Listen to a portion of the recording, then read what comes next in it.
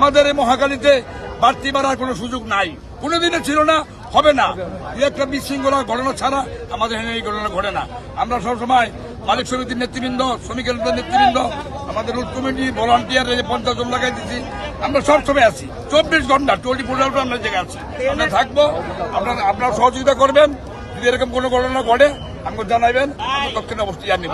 একটা বিশৃঙ্খলা হইতে পারে, তবে ওইটা আমরা জানাই দিলে আমরা ব্যবস্থা নিব। আমাদের এখানে পুলিশ আছে, র্যাব আছে, বিআইটির ম্যাজিস্ট্রেট আছে, আর সাংবাদিক আছেই। টিকিট কাউন্টার গুলো নিয়মিত তদারকি করছেন কিনা? জি, আমরা সভাপতি জায়গায় বলে দেওয়া হয়েছে। বাড়তি 17টা জায়গায় 300 নিবে, 487 জায়গায় 400 নিবে। বাড়তি কোনো ভাড়া নিব না, আমরা 5-10 টাকা সবসময় কম নিব। এই একদিন 2 দিনের জন্য আমরা কোনো বাড়তি ভাড়া মানে করার কোনো সিস্টেম নাই। মালিক সমিতি বলছে, আমরা শ্রমিক আছি, ওই বলে আমরা কোনো ভিতরে নাই।